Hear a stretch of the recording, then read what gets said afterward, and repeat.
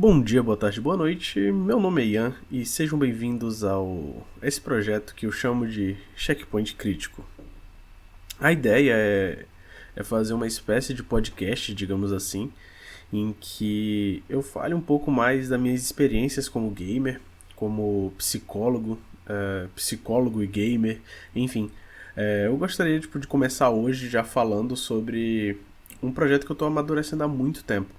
A ideia aqui nesse podcast, nesse vídeo, enfim, é explorar esse universo de games e anexar com a psicologia. Bom, é, a ideia aqui, como eu já falei agora no começo, é falar sobre a minha experiência gamer. Esse é meu primeiro vídeo, esse é meu primeiro podcast, então pode ser que eu esteja um pouco mais retraído, um pouco mais um pouco menos falante, digamos assim. Mas basicamente o que eu queria falar hoje é. Pra gente poder se conhecer um pouco, eu queria falar do meu top 5 jogos da vida. Ah, Ian, o que é esse top 5? Top 5 seria se eu tivesse que ir pra uma ilha deserta e eu pudesse levar 5 jogos, quais jogos eu levaria? E tá aqui a minha lista dos 5 jogos que eu levaria para essa lista deserta. Mas antes eu queria me apresentar um pouco. Eu sou formado em psicologia, eu tenho pós-graduação em perfilamento criminal e psicologia investigativa, ou psicologia forense, enfim. E a minha abordagem principal ela vem das ciências comportamentais, a TCC ou a análise do comportamento, enfim. Eu queria primeiramente também agradecer. Provavelmente esse vídeo vai estar cheio de corte, mas é porque eu estou aprendendo ainda a falar sem precisar ficar travado. Mas enfim, eu queria agradecer a Lisa Guerra, que foi uma pessoa que eu acompanhei muito durante a minha graduação e ela me ajudou demais nesse processo e me inspirou a criar esse canal. Eu não gosto muito de aparecer, então a ideia principal que eu criei foi muito fazer esse estilo podcast que você pode ouvir mesmo não prestando atenção nas imagens, mas futuramente pode ser que eu apareça, pode ser que eu coloque algumas imagens de fundo para prender a atenção, mas basicamente é como use o vídeo como um plano de fundo para tu fazer uma outra atividade. Talvez isso seja uma ajuda para você em algum momento. Então, sem mais delongas, vamos começar. Esse meu top 5 não foi nem um pouco fácil de escolher, porque a gente muda o nosso gosto com o tempo, então pode ser que futuramente os jogos que sejam meu top 5 não sejam mais esses, mas é interessante a gente pontuar, a gente falar sobre eles agora, porque atualmente são parte do meu top 5. Então, vamos lá. O primeiro lugar, o quinto lugar no caso, eu queria falar muito de The Witcher. Principalmente o 3, The Witcher Wild Hunt. Cara, é um jogo que eu comecei a jogar porque um amigo meu falava muito sobre ele. Falava que a complexidade das escolhas narrativas eram absurdas. Aí eu pensei um dia, falei, pô, vamos jogar. Se não for nada demais, a gente larga o jogo. Mesmo eu não gostando muito de largar as coisas pela metade, mas fazendo isso com uma certa frequência. Então, eu lembro que quando eu chegava da faculdade, eu joguei ele em 2018, 2019 mais ou menos, acho que foi 18. Eu chegava da faculdade maluco pra jogar. E eu chegava da faculdade tipo umas 9h30, 10 horas. Então eu acordava cedo no outro dia, então eu tinha que jogar pouco, eu não podia ficar jogando por muito tempo. Então eu chegava da escola e já ligava o console e quanto mais eu jogava, mais eu percebia que o jogo era extremamente denso, extremamente complexo. E, pô, dá pra dizer que The Witcher 3 você só entende realmente quando tu joga pela segunda, terceira vez. Porque tu faz escolhas narrativas diferentes, tu conecta uma coisa com a outra e fala, nossa, então é por isso que o Geralt estava desse jeito naquele momento. É isso que acontece se tu fizer tal coisa. É aí que tu entende a profundidade e a complexidade das motivações, das nuances dos personagens, as consequências reais das tuas ações. Tem até, pô, tem side quests totalmente memoráveis. Quando eu joguei The Witcher 3, tem duas quests que eu queria falar em específico. A do Fantasma da Vila. Eu não sei se esse é exatamente o nome da quest, mas essa quest em específico tem um fantasma que é o fantasma de uma mulher e ele pede pra levar os ossos dela pro cara que ela ama, pro marido dela, pro noivo, enfim. E nessa de levar, o, o corpo, os ossos pro marido, os ossos estão infectados com uma maldição, enfim, e a vila toda, futuramente, ela some. A vila toda some do mapa, fica só os destroços da vila. Então, assim, tu percebe a consequência das tuas ações fazendo essas coisas. Aquele final, pô, o final que eu escolhi foi um final absurdo. Tipo, cara, eu só recomendo que joguem. Se você nunca jogou The Witcher 3, eu sei que o jogo é maçante, é cansativo, é denso, mas, pô, vale muito a pena tu parar pra jogar e testar ele, porque é muito gostosinho de jogar. O combate, o gore do jogo é bom. Os inimigos repetem muito, mas isso aí é um detalhe. As quests são maravilhosas. E quando tu vai pegando uma build ou outra, tu vai montando build. Quando tu joga pela terceira vez, tu já tá montando uma outra build. Então é muito divertido o jogo. Eu recomendo horrores jogar The Witcher 3. E é por isso que eu levaria pra uma ilha deserta, não só pelo tempo de jogo, mas pela complexidade, pelo jeito que o jogo é bom. Mas por que ele não tá mais pra frente? Porque eu vou explicar o porquê que ele não tá mais na frente. Em quarto lugar, a gente fala de um jogo que eu joguei muito sem pretensão nenhuma. Ele veio de graça na Plus e eu joguei sem zero pretensão. Não sabia nem que esse jogo... Eu tinha jogado a demo, na verdade, mas eu não sabia nem do que se tratava. Eu falei, é um joguinho interessante. Que é Detroit Become Human. E ele tá em quarto lugar porque foi uma experiência que mexeu muito comigo. Foi uma experiência como pessoa e como psicólogo. Eu já falei dele diversas vezes no meu período acadêmico para alguns pacientes também que jogaram, e a gente fez sessões inteiras sobre isso. Porque nesse jogo a gente fala sobre escolhas morais, revolução, empatia, e tudo isso utiliza dos androides como uma metáfora. No jogo em si, pra quem não conhece, que eu acho meio difícil conhecer, não conhecer no caso, tu controla três personagens com funções diferentes. Por exemplo, o Connor, que é o primeiro que a gente começa jogando, ele é um policial super racional. Ele tá dentro do seu programa, ele não sai daquilo, ele é muito técnico e tal. A Kara, que ela é uma assistente doméstico, e que na narrativa ela protege uma criança que futuramente a gente percebe que é diferente. Não vou dar spoiler aqui do que acontece, mas enfim. E o Marcos, que ele é um cuidador de um idoso que pinta, que é artista e tal, e ele vira um líder revolucionário da parada, tá ligado? Ele vira o cara que vai à frente do coisa pela revolução, pela liberdade dos androides. A gente fala muito sobre essa questão de liberdade dos androides. Se tem consciência, logo é humano.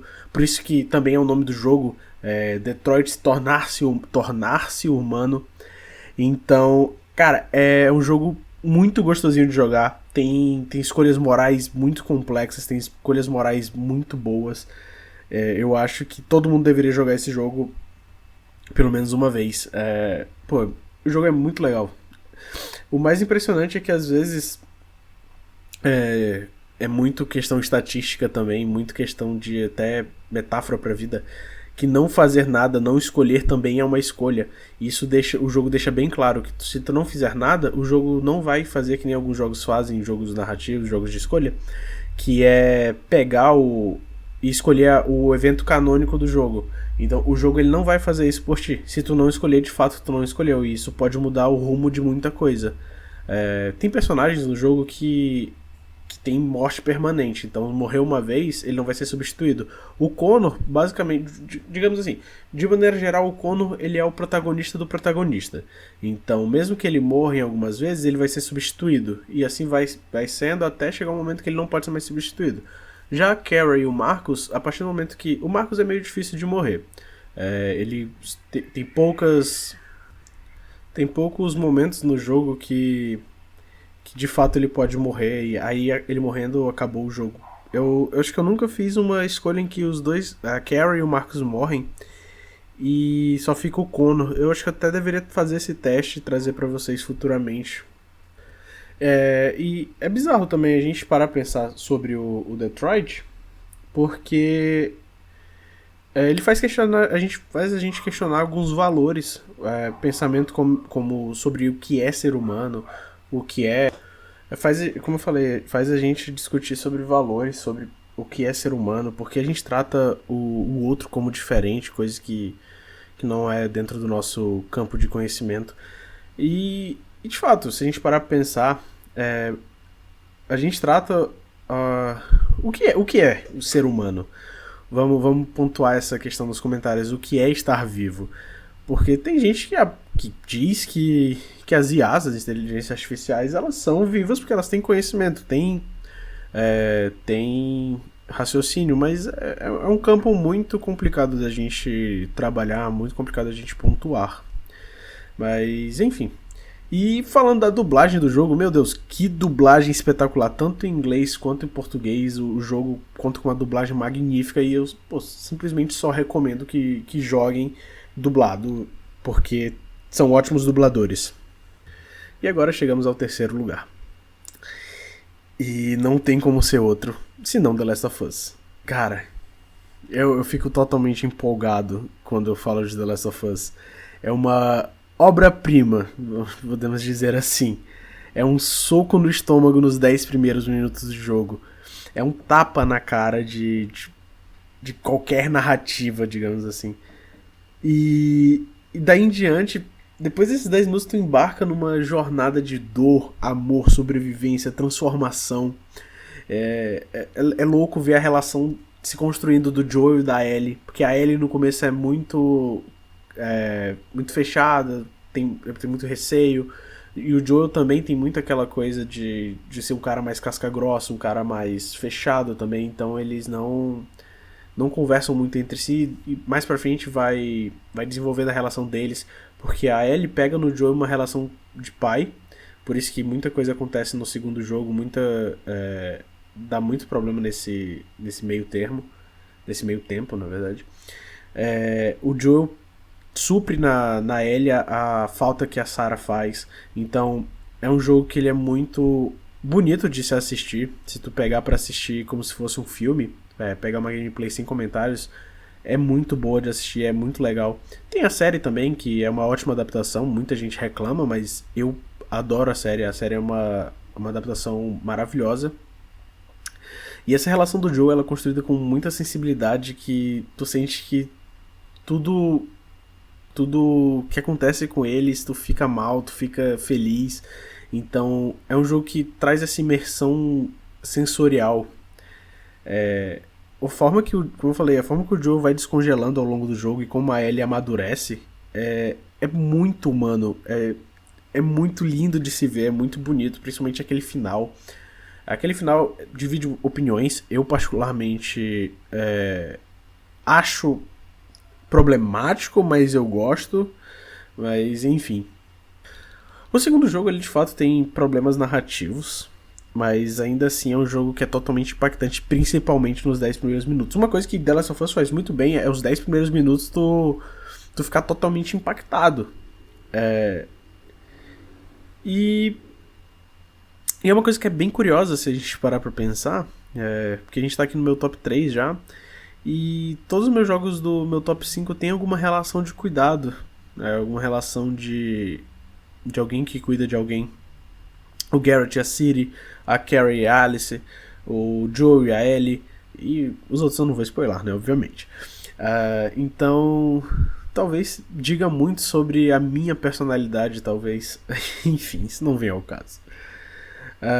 Mas talvez o tema que mais me pega em The Last of Us, principalmente, é o desejo de proteger. Não só em The Last of Us, mas nos outros jogos já que eu citei. É algo que ressoa muito com a psicologia e como a gente é como ser humano de maneira geral. Porque o ser humano ele tem essa tendência à proteção das pessoas, mesmo que essa proteção da pessoa cause mal a outra pessoa. Então, o ser humano tem essa tendência a fazer esse tipo de ação. O meu segundo lugar é um RPG que me ensinou muito sobre a vida. Tipo, sobre morte, sobre amizade, sobre aceitação, sobre processo de luto. Luto foi um um tema que por muito na minha vida eu criei uma casca, uma resistência muito pesada, porque perdi algumas pessoas na minha vida e isso me causou muito mal. E depois que eu joguei Persona 3, foi uma coisa que me ensinou a seguir a vida, seguir em frente e ver que o luto não é de tudo ruim. A parte ruim do luto é de fato tu ter que vivenciar ele naquele momento. Mas, enfim, isso aí é muito uma questão já filosófica, muito uma questão espiritual. E aqui não é o momento pra gente falar sobre isso. Mas é um Persona 3, principalmente o Reloaded, que foi o que eu de fato joguei. Eu não cheguei a jogar o clássico. Joguei o Persona 3 Reloaded porque tem legendado, tem no Game Pass, então fica à vontade. É um jogo que a jornada ela é muito emocional, é uma jornada muito completa. O texto em si é muito bom. Ele tem. Só que assim, é um jogo que tem muita leitura. Então se tu não gosta de um jogo que é muita leitura e pouca cutscene, nem joga Persona. Mas é justamente isso que permite um desenvolvimento tão profundo de personagem. O jogo ele conta com um desenvolvimento muito gostoso dos personagens. Tu entende as motivações de cada um, tu entende por que cada um usa tal tipo de poder, tu entende a persona de cada personagem. Então é muito divertido, é muito gostoso de jogar. Vale muito a pena jogar. Tem outro que também vale muito a pena jogar, que é o Refantasio, que também tem no Game Pass e é da mesma produtora de Persona, que é da Atlus. No caso dele, ele fala sobre ansiedade. Então, pra quem tem essa dinâmica, essa problemática na vida, vale a pena jogar, vale a pena conferir a obra de maneira geral. E como eu ia dizendo, no jogo de maneira geral tu acompanha jovens que têm ali os seus 16, 17 anos no máximo, lidando com umas responsabilidades absurdas da vida, como o luto, o sentido da vida, tudo isso no meio de batalhas simbólicas com personas. Inclusive, o conceito ele vem direto da psicologia junguiana, que pra mim é um detalhe totalmente genial. Alguém que estudou o roteiro, alguém que curte a psicologia analítica, psicologia junguiana também, ver esse jogo um prato cheio. É muito gostosinho de ver as personas sendo bem definidas e definindo o jeito que cada personagem é muito legal de observar. Eu terminei o jogo com quase 80 horas, mais ou menos, e cada minuto valeu a pena. É muito tempo, de fato, é muito tempo pra jogar um jogo, mas valeu totalmente a pena. Porque você entende os traumas, as motivações, os desejos de cada personagem. É um jogo pra viver e refletir. A real é essa. É um jogo que assim, tu pode jogar várias vezes, pode rejogar, mas a primeira experiência que tu tem com o jogo é única. A real é que esse jogo é muito bom, vale muito a pena. Se tu não tem saco pra ler história, pra jogar um jogo de 80 horas, pega um vídeo no YouTube, resumão de Persona 3, assiste e só aproveita, porque é capaz de sentir vontade de jogar. E agora, primeiríssimo lugar. Primeiro, mas não menos importante, que fique bem claro. Em primeiro lugar vai pra ele, o clássico, o adorável Final Fantasy VII. Não tem pra onde. Não um remake. No remake a gente coloca uma menção honrosa. Mas eu tô falando do clássico, aquele lá do PS1, aquele dos 3 discos. Cara, esse jogo, eu vou ser bem sincero. Eu joguei ele muito. O meu ele tava em japonês, então eu não entendia bulhufas. Eu só observava as imagenzinhas passando e clicava em qualquer coisa que eu aprendia o que o botão fazia. Mas enfim, esse jogo me acompanhou numa fase da minha vida que eu tinha pouquíssimos jogos. Na época do PS1, quando eu ganhei o meu PS1, o PS2 já tinha sido lançado há muito tempo. Muito, muito, muito tempo. Então, e eu fui ganhar meu PS2 quando o PS3 já tinha sido lançado. Eu não passei pelo PS3 e já fui pro 4, mas isso não vem ao caso agora. E mesmo sem entender o japonês, o jogo me divertia muito, porque as animações eram bonitinhas de assistir. Então assim, eu tinha Mortal Kombat, e o FIFA, se eu não me engano. FIFA, não era FIFA o nome, era Winning Eleven? Eu não lembro. Mas eu sei que tinha o Ronaldinho Gaúcho na capa do CD. Mas enfim, esse Final Fantasy me acompanhou muito ao longo do tempo, porque chegou um momento que o jogo de futebol passou a não me agradar mais. O Mortal Kombat só era legal se tivesse outra pessoa pra jogar comigo. E eu só tinha um Final Fantasy praticamente pra jogar. E depois de velho, depois que eu pude entender e rejogar a história pelos meios convencionais, obviamente por emulador e com dublagem em português, dublagem não, legenda em português, eu pude entender a história e o impacto foi muito maior, foi muito mais gostoso, porque rejogar me trouxe aquela nostalgia de criança, de estar num quarto, numa tarde depois da escola, tomando um Nescau, comendo um misto e jogando Final Fantasy. E depois de entender a história, o impacto, como eu falei, foi muito maior do que foi na época, obviamente. A construção dos personagens, a relação, os dilemas morais, tudo foi muito bem feito, tudo foi muito gostosinho de jogar e rejogar. Obviamente, Final Fantasy VII ele não é um RPG incrível, mas ele faz parte da minha formação como gamer, se podemos chamar assim. E de certa forma, como pessoa também. Ele tem dilemas morais, dilemas éticos, ele tem algumas questões que te fazem refletir muito sobre essa ideia. E quando saiu o Final Fantasy Remake, eu fiquei muito feliz porque eu pude rejogar agora com gráficos melhores. Mas infelizmente eu joguei no PS4 e no PS4 não tinha a continuação da história, que saiu só pro PS5 e provavelmente vai sair agora pro Xbox, que é a minha plataforma atual. Mas enfim, mas aqui fica. Eu levaria o Final Fantasy VII. E boa parte da minha lista é RPG, porque tem muito tempo de jogo, então se eu fosse pra uma ilha deserta eu levaria coisas com muito tempo de jogo e com histórias emocionantes, porque um bom filminho às vezes é bom, como alguns chamam. Bom, esse foi o meu top 5. Acho que vocês puderam me conhecer um pouquinho mais sobre. Conhecer um pouquinho mais sobre a minha personalidade. É baseado nesse meu top 5. E eu espero que você tenha curtido e que tenha se sentido inspirado a revisitar jogos da sua infância, a conhecer algum desses títulos, caso não conheça, que eu acho meio difícil. E se puder deixar o like, se inscrever. É um canal que tá no comecinho, então pode ser que futuramente venha coisas novas, pode ser que não, pode ser que eu desista do projeto. Então o apoio de vocês é totalmente necessário para que isso aconteça. Se quiser deixar seu top 5 nos comentários, eu agradeceria muito, eu vou ficar muito feliz em ler. E é isso. Nos vemos no próximo checkpoint. Até mais.